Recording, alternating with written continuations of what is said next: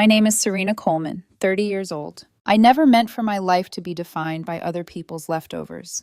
Storage units were supposed to be a side hustle, a way to chip away at student loans and the crater left behind after I lost my insurance job. Then one unit full of vintage guitars turned into $30,000 in profit, and suddenly the thing I did on weekends became the thing I woke up thinking about. It isn't just the money, it is the not knowing. The moment when the lock is cut, the door rattles up, and for 5 seconds everyone is holding their breath, wondering if they are looking at junk or something that could buy them a year of freedom. That feeling is a drug. The auction crowd is small, tight, and almost all male. The regulars travel from facility to facility across 3 counties, trading rumors, side-eyes, and silent grudges. They call people like me gamblers. They are not wrong. "Text me when you're done," my boyfriend Liam said that morning, resting his hand on my waist in the parking lot of Westside Storage. "And don't do anything insane just because it feels exciting." "I am always reasonable," I said. He raised an eyebrow. We both laughed because we both knew that was not entirely true. Liam has a complicated relationship with my work. He loves that I am independent, that I do something I care about. He also watched his ex-girlfriend Tessa nearly get killed chasing a corruption story as a young reporter. So every time I walk into something that smells even slightly dangerous, his shoulders tense. "Tessa used to say the story was worth the risk," he said once, until the risk started following her home. I kissed him goodbye, promised to be careful, and walked toward the cluster of bidders gathering near the manager's office. I recognized all of them. Cynthia, the antique dealer who could spot a valuable chair from 100 yards away. Dennis, who bought almost everything and sold it at flea markets. A tall woman with shaved hair named Rhonda, who somehow always sniffed out electronics. There was an unspoken hierarchy. Veterans in front, newbies pressed to the edges, people like me, somewhere in the shifting middle. Pete, the auctioneer, a gruff man with a sunburned neck, led us down the hot concrete paths between rows of metal doors. Westside had 8 defaulted units up today. Most of them looked like the usual story: a couch, some boxes, a broken TV, someone's life paused mid-sentence. We shuffled to a stop at Unit 247. Pete cut the lock and rolled the door up about 2 feet. "Standard rules," he barked. "No touching, no stepping inside, no flashlights, 5 minutes." I stepped forward into the shadow of the doorway and felt my pulse speed up. Neat, uniform boxes stacked in careful rows, each one labeled in the same precise handwriting. Client files 2019 to 2021, offshore accounts 2020, legal docs 2018-2021. A small safe sat at the back, like a period at the end of a dangerous sentence. To the right, a set of expensive-looking luggage, dust settled over everything like a film. Dust that meant nobody had touched this in a long time. "Old paper," Dennis muttered behind me. "Pass." Cynthia took one look and drifted away toward a unit that had a glimpse of Victorian wood showing. Rhonda barely gave it 10 seconds. No cables, no screens, no obvious flip. They saw dust and cardboard. I saw intention. The boxes were stacked by date. The handwriting was tidy, consistent. The safe was a Browning, mid-range model, the kind that costs more than most people's rent. The luggage had a little metal tag, "To me, high-end." Whoever this belonged to wasn't sloppy. "This is an archive," I thought, "not a junk pile." Pete's voice cut through the hot air. "Do I hear 50? 50, I said immediately. Silence. Usually someone jumps in, if only to drive up the price out of spite. Today, nothing. 60, Pete called. More silence. Pete shrugged. "Sold for 50 to the lady in the gray jacket." A few heads turned. Someone snorted softly, like I'd just bought myself a world of paper cuts for no reason. As I paid and took my lock, Pete gave me an odd look. "You sure about this one, ma'am?" he asked. "Been sitting here over a year. Guy paid 6 months up front, then ghosted. Notices came back undeliverable." "What was his name?" Pete checked his clipboard. "Torres, Vincent Torres, said he was traveling for business."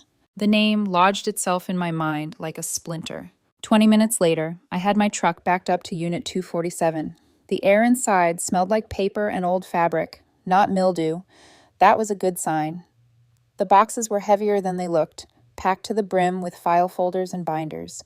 Getting the safe into the truck required a dolly and a lot of sweating. The whole time I had this tight sensation in my chest.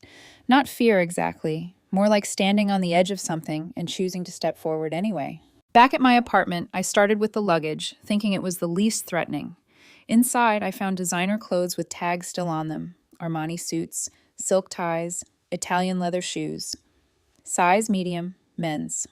Someone had spent serious money dressing for a life they never quite got around to living. In the front pocket of one suitcase, I found a business card. Vincent Torres, financial advisor. Torres and Associates. There were pill bottles tucked into a side compartment, anti-anxiety meds, sleep aids, blood pressure medication, all prescribed to Vincent. Different doctors, different cities. My stomach twisted. People seeking one more refill or one more opinion often had something heavy pressing on them. At the bottom of the suitcase, hidden beneath a folded dress shirt, I found a leather-bound journal. Because I am a gambler, but not an idiot, I sat at my kitchen table, turned on a voice recorder app on my phone, and then opened the journal. It started innocuous: client meetings, travel plans, little notes about markets and investments. Then the tone changed. The handwriting got messier. March 15th. Morrison wants another favor. Says it's the last time, but these people never stop. Judges, city council, I'm in too deep. April 2nd. The judge expects his usual fee. When did I become a bagman? May 10th. They're asking me to move money for people I recognize from the news. If I refuse, they'll destroy me. If I comply, I'm part of this forever. I stopped staring at the page. The name Morrison rang a bell. Somewhere between local news segments and campaign signs. My hands felt clammy. I set the journal aside and opened one of the file boxes. Inside were neatly organized folders, each labeled with clients' names, account numbers, and dates. What made my skin crawl wasn't the money. It was the double sets of records. Official statements, then handwritten corrections or arrows showing where the money really went. Charitable donations that were actually bribes, consulting fees that were actually payoffs, shell companies, offshore accounts, fake losses. I opened another box. More of the same, then another. Photographs tucked into one folder, briefcases full of cash, people in suits whose faces I recognized from local news. The mayor, a judge, a city councilman, smiling in one context, passing envelopes in another. By the time I found the USB drive taped to the inside of a box lid, my heart was pounding so hard I could feel it in my teeth. A yellow sticky note clung to it. Insurance policy, VT. I plugged it into my laptop. Audio files populated the screen. I clicked the first one. $2 million, a man's voice said. Half the money goes to the mayor, half gets distributed to the votes we need. You'll route it through the environmental consulting contracts like usual. Vincent's voice responded, calm but tight. And there's no way this traces back to us? It passes through 6 entities before it hits City Hall. On paper, it's clean. I listened to recording after recording. Judges, businessmen, someone clearly identified as Councilman Morrison. Bribes, money laundering, conversations about accidents that sounded a lot like planned murders. A reporter's name, Rebecca Walsh, came up once. Liam had mentioned her years ago. Tessa had idolized her. I didn't realize my hands were shaking until my phone rang, buzzing across the table. Unknown number. I swallowed and answered. Hello? A calm, unfamiliar male voice spoke. You need to return what you took. My throat went dry. I think you have the wrong... Unit 247, the voice said. Vincent Torres's unit. We know you bought it. We know what's inside, and we know where you live. The line went dead. For a second, all I could hear was my own breathing. Then I moved to the window and carefully lifted the blind. A black sedan I didn't recognize was parked across the street. Engine off, windows dark. My hand was already dialing before I'd fully decided. Drew, I said when my sister picked up, I need you. Don't come to my place. Meet me at Mom's house. And Drew... What's wrong? Her voice snapped to alert detective mode. Come alone, I said, and hurry. Mom's house still smelled like lemon cleaner and faint cigarette smoke, even though she'd been gone for 5 years and no one had smoked inside since. It was neutral territory for me and Drew, a place where arguments never went nuclear and big news always landed softer. Tonight, there was no soft landing. I had the boxes spread across the kitchen table when she arrived, hair pulled back, badge clipped to her belt, tension already etched between her brows. Andrea Coleman to the state police. Drew to me, my big sister in every sense that mattered.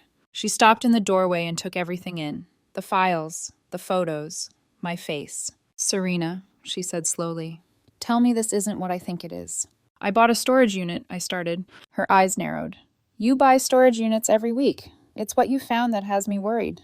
I inhaled. I found a federal-level disaster. She sat down, unholstering her gun and setting it on the counter behind her in one smooth, practiced move.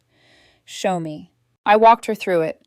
The labels on the boxes, Vincent Torres's journal, the pill bottles, the photos of the mayor, councilmen, judges, the 2 sets of financial records, the USB drive, the recordings. She didn't interrupt, didn't even touch her coffee. Her cop face settled in, neutral, absorbing, cataloging. When I played the first audio file, the one about the $2 million for the casino license, she didn't react. When I played the one where someone suggested that journalists who dig too deep sometimes have accidents, her jaw tightened. When I played the snippet about Morrison needing zoning decisions, her hand clenched around the edge of the table. And this call? She asked when I finished. The one threatening you? I nodded. They knew the unit number. They knew my address. Did you see faces? Just a black sedan parked across the street. Drew leaned back, eyes scanning everything again, cop brain firing. Some of these names. She reached for a folder, paused, and then pulled her hand back like it was hot. If these documents are real, half my job is built over a sinkhole. She stood and started pacing the tile in her worn boots. We can't take this to local PD. Not yet. The chief's name is on this list 3 times. Then who? I asked. The feds, she said. This isn't small-time corruption. This is organized crime wearing suits and campaign buttons. I swallowed. I thought you were going to tell me I was overreacting. She gave a humorless half-laugh. No, for once you picked the one thing I wish you hadn't been right about. My phone buzzed on the table. Liam. I turned it face down. Is that him? Drew asked. Yeah. You tell him anything? Just that I bought a unit and it turned out to be complicated. Serena, she said, softening. You can loop him in eventually, but right now, the fewer people who know exactly what this is, the better. She stepped into the living room and made a call I knew was serious just by the way she straightened her shoulders. She didn't use anyone's first name, just titles and coded language. When she came back, her eyes were sharper. They're on their way, she said. FBI field office. They've been trying to find Torres's missing insurance for months. I blinked. They know about him? Oh, yeah, Drew said. You didn't just pull some random financial crook. You dragged up a ghost they've been chasing. Agent Patricia Walsh looked like the kind of woman you didn't bother lying to. Early 40s, hair pinned back in a no-nonsense twist, eyes that had seen too much and kept going anyway. She and 2 other agents arrived an hour later, dressed in business casual that somehow looked more dangerous than tactical gear. They listened as I laid it out again, this time with fewer apologies and more specifics. Agent Walsh flipped through Torres's journal, then the files, then the printed email threads I'd barely skimmed. When she got to the USB drive, her expression changed. You said this was taped to the inside of a box? She asked. With that note, I replied. Insurance policy, VT. She slid the drive into her encrypted laptop. Her fingers danced over the keyboard. A list of audio files populated the screen. I recognize some of these file names, she murmured. We've had partial transcripts, never the originals. Drew frowned. What do you mean? Agent Walsh looked up, assessing how much she could tell us. Then she made a decision. Vincent Torres wasn't just a dirty advisor, she said. He was one of ours. We flipped him 2 years before he disappeared. He was documenting a corruption network, Morrison's organization, several judges, city officials, cops. My stomach dropped. He was an informant. Yes, she said. He started in gray areas, pushing tax loopholes, bending rules. Then the Morrison family pulled him all the way in. We caught him laundering money for a trafficking ring. He agreed to work with us in exchange for immunity. And then what? Drew asked. And then he vanished, Walsh said grimly. His car turned up in a river 3 states away, burned, body unidentifiable but staged well enough that local PD called it an accident. We suspected otherwise, but without the evidence he claimed to have hidden, our case stalled. She tapped the laptop screen gently. This, she said, is what we've been missing. I felt very small for a moment. I just wanted to pay my rent. You may have just handed us a decade of corruption cases, she replied. Liam's name flashed again on my phone. Agent Walsh's gaze flicked to it. Boyfriend? She asked. Yeah. Is he trustworthy? Yes, I said immediately, then hesitated. Just not trained for this. She nodded. Don't tell him details yet. Not until we get you somewhere more secure. I swallowed. You keep saying secure like someone is already coming for me. Because they probably are, she said, matter of fact. Whoever called you already connected the auction to Torres's unit. They'll assume you've seen enough to be dangerous. She turned to Drew. We're taking over. We'll need everything. Files, journal, recordings, and we'll need her. Drew bristled. She's my sister. Which is exactly why they will use her to get to you, Walsh cut in. I've seen this play out too many times. We'll put her under temporary federal protection while we move fast on this. I cleared my throat. Move fast how? Walsh's gaze sharpened. We reach out. We let them think they still have a shot at cleaning this up. We arrange a meeting on their terms. The words settled like ice in my stomach. At the storage facility? I asked. At the storage facility, she confirmed. They told you to come back with everything. They expect you to panic and comply. We're going to use that. Drew slammed her palm lightly against the table. You want my little sister to act as bait? Walsh didn't flinch. I want the only person they're currently talking to wear a wire while we surround the place with agents and end this before they can hurt anyone else. Her eyes softened just a fraction when she looked back at me. You found this, Serena. You don't owe us anything. You can walk away right now. Hand everything over. Let us work in the background. But if you're willing to help, we can close this faster and safer, for you and for a lot of other people. I thought of the journal entries, Torres's terror, soaked into every line of ink. I thought of Rebecca Walsh, the reporter who died in a single vehicle crash, and of Tessa, who had once wanted to follow in her footsteps until fear or wisdom made her move into safer stories. Liam wanted me safe. My sister wanted me alive. The government wanted me wired. What did I want? I don't want to spend the rest of my life wondering if I let them get away with it, I said quietly. Drew closed her eyes for a moment, then nodded once, like something inside her cracked but settled. Then I'm going with you, she told Walsh. You'll be in the outer perimeter, Walsh replied. She needs to believe she's alone. So do they. Later, when we had a plan, Walsh walked me through the gear. A tiny mic, hidden in the neckline of my shirt. A GPS tracker embedded in my watch. Coded phrases to use if something went wrong. Back at Mom's dining room window, the sky outside was bruised purple. I called Liam finally. Hey, he said, relief in his voice. You vanished. How bad was the unit, eh? Bad, I cut in. I can't explain yet. I just need you to trust me and stay away from Westside Storage tonight. Silence. Then, soft but edged. Serena, what did you get yourself into? I'll explain when I can, I said. I promise. I already watched one woman I love chase a story that almost got her killed, he said. Don't make me watch it happen again. That's the thing, I replied, looking at the stacks of evidence. The story already exists. I'm just the idiot who opened the door. When I hung up, my hands shook, but not from fear alone. From clarity. Just before midnight, I stood in the bathroom staring at my reflection. The mic was invisible. The watch felt heavier than it looked. My heart was pounding, but my voice, when I tested it, came out steady. Agent Walsh's voice crackled softly in my earpiece. We're in position. Whenever you're ready, walk in like you're scared, but not scared enough to turn back.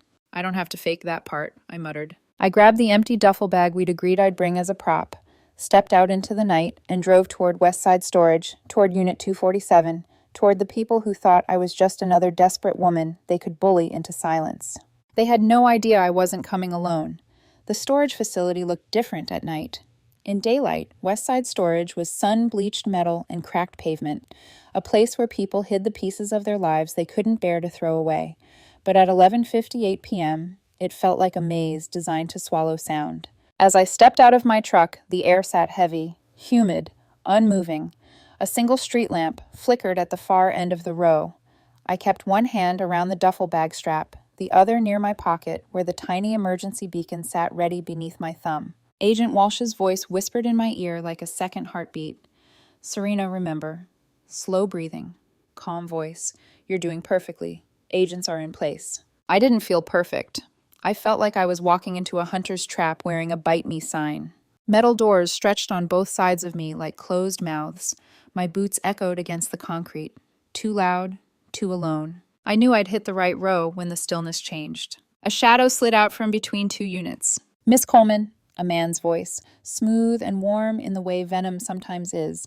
Anthony Morrison stepped into the light.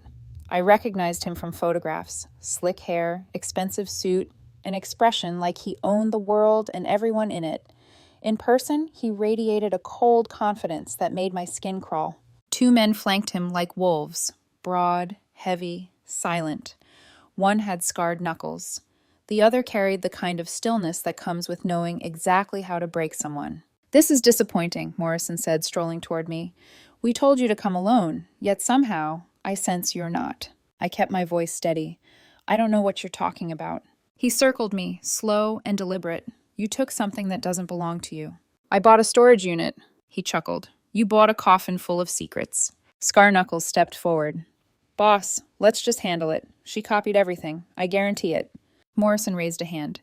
"Patience, Bruno." He refocused on me. "You're a curious one, not one of our usual problems. Most people who find dangerous things panic, hide, run. You asked questions."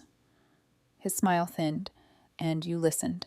His breath brushed my cheek as he leaned in. "Where are the originals?" "In the bag," I lied, lifting the duffel slightly. He lifted 2 fingers. One of his men grabbed the bag and unzipped it. Empty. Bruno snorted. "She's playing us." Morrison's eyes darkened. "You thought lying would save you?" Agent Walsh murmured through my earpiece. "Keep him talking, Serena. He's close to incriminating himself further." Morrison began pacing in front of me.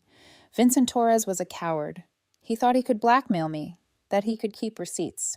He glanced down the rows, making sure we were alone. He learned the hard way. My breath hitched. "You killed him." He shrugged. "His car found a river. Bodies burn, papers get lost, people grieve and move on." My stomach twisted. Torres hadn't been paranoid. He'd been right. "And the reporter?" I asked quietly. "Rebecca Walsh? The one who died in a single vehicle accident?" The men beside Morrison went still. He smiled again, slow, like a cat stretching before the kill. "Some journalists don't know when to stop digging. She was getting too close to our waterfront project. These things resolve themselves." Resolve themselves?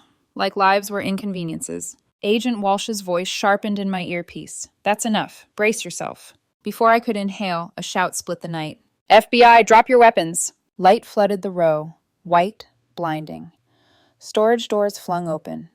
Armed agents emerged from the shadows, rifles raised, red laser sights dancing across Morrison's chest. For a heartbeat, I thought it was over. Then Morrison lunged. His arm snaked around my throat, dragging me back against him. Cold metal pressed beneath my chin. "A gun!" "Everyone back off," he roared, "or she dies." I froze, pulse slamming in my ears. The gun's barrel trembled against my skin. Agent Walsh shouted from somewhere ahead, "Anthony, this is done. The mayor's in custody. The chief has confessed. Your accounts are frozen. Your associates flipped hours ago. You have nothing left to leverage." His grip tightened. "I have her." "Wrong," Walsh said, stepping into view, weapons steady, but eyes warm. "You have nothing. Let her go." Morrison laughed, hollow, frantic. "You think I'm afraid of prison? You think any of this scares me?" He pressed the barrel harder. "She dies, and you lose your key witness." "You confessing on a federal wire?" Walsh said coolly, "is more than enough." He stiffened. "Wire?" he whispered in my ear. I stayed silent. I felt the exact moment he realized he'd been outplayed. His breath hitched, his grip faltered, his gun hand trembled. And then he dropped the weapon. Agents surged forward. Hands yanked Morrison away. His knees slammed to the concrete as they cuffed him, Miranda rights echoing down the row. I sagged forward, trembling as another agent supported me. As they dragged Morrison to the patrol car, he twisted enough to look back at me, his eyes cold and flat. "You think this ends with me?" he snarled.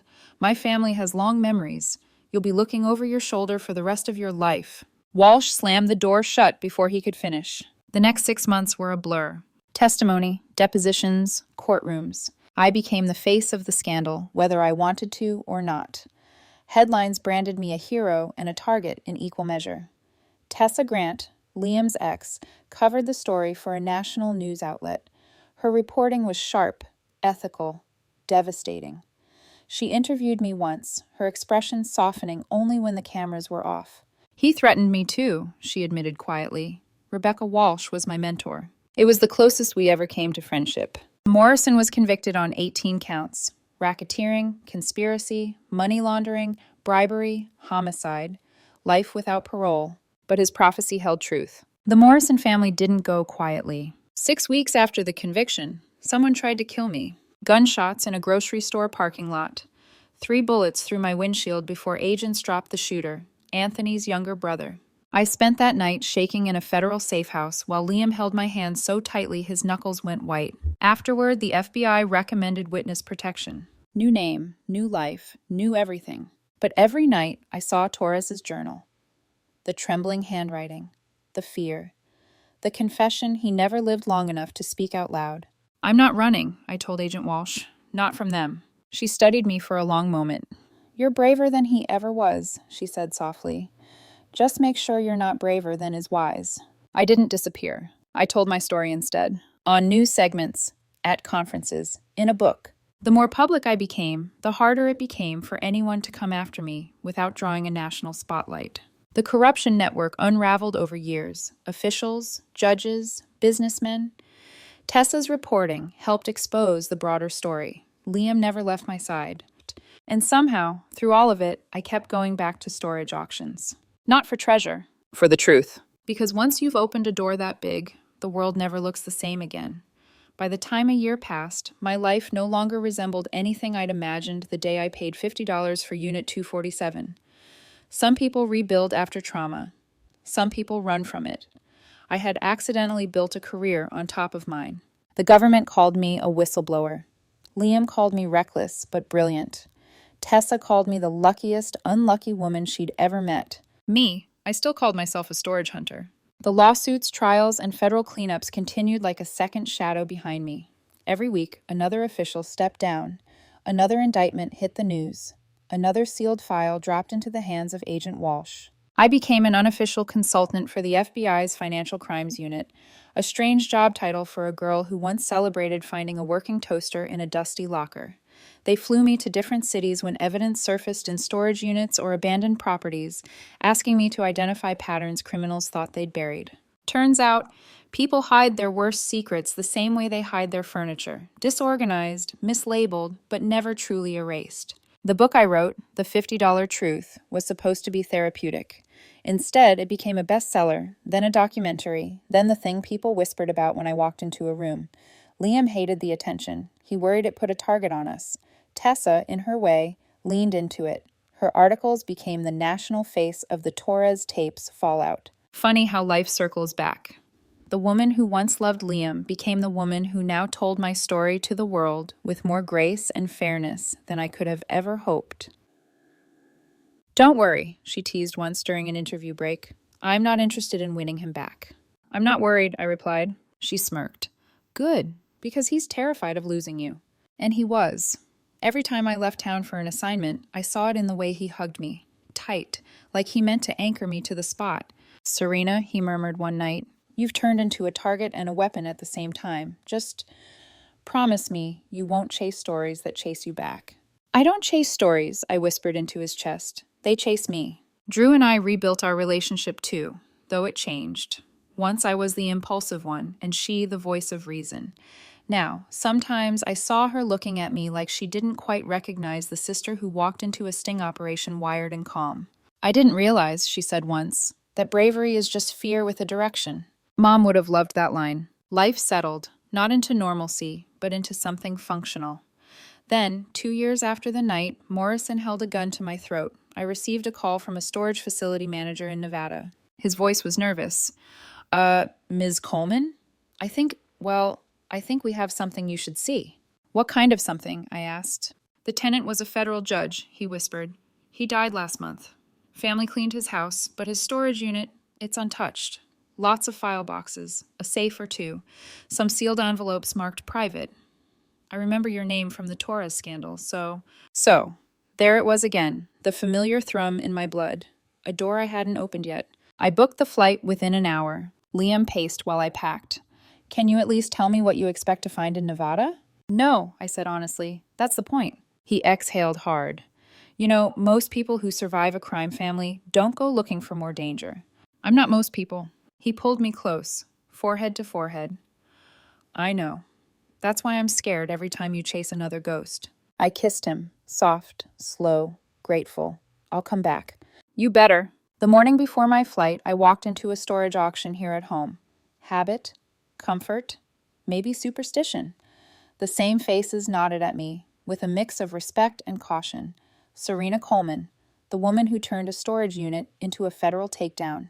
Unit after unit opened, uninspiring. Then one caught my eye. Not because it held danger, because it didn't. Holiday decorations, a couch, old books, a lamp with a crooked shade. Normal. And I realized I missed normal more than I thought.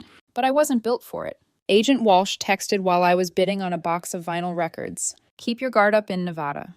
Judges don't store holiday decor. They store leverage. I typed back, I know, that's why I'm going. That night, I couldn't sleep. I walked into my living room where the framed headlines from the Torres case hung on the wall. Not trophies, warnings. Torres's final journal entry echoed in my mind. Maybe whoever finds this will be braver than I was. I hadn't been braver. Just the one who opened the wrong door at the right time. Or maybe the right door at the exact moment someone desperately needed it opened. The next morning, I boarded the flight to Nevada with a single backpack and a feeling I knew too well. Anticipation, dread, responsibility. As the plane lifted into the air, I looked out the window and thought, some people find treasure in storage units. Some find junk. I found the truth. And I wasn't finished finding it. Not even close.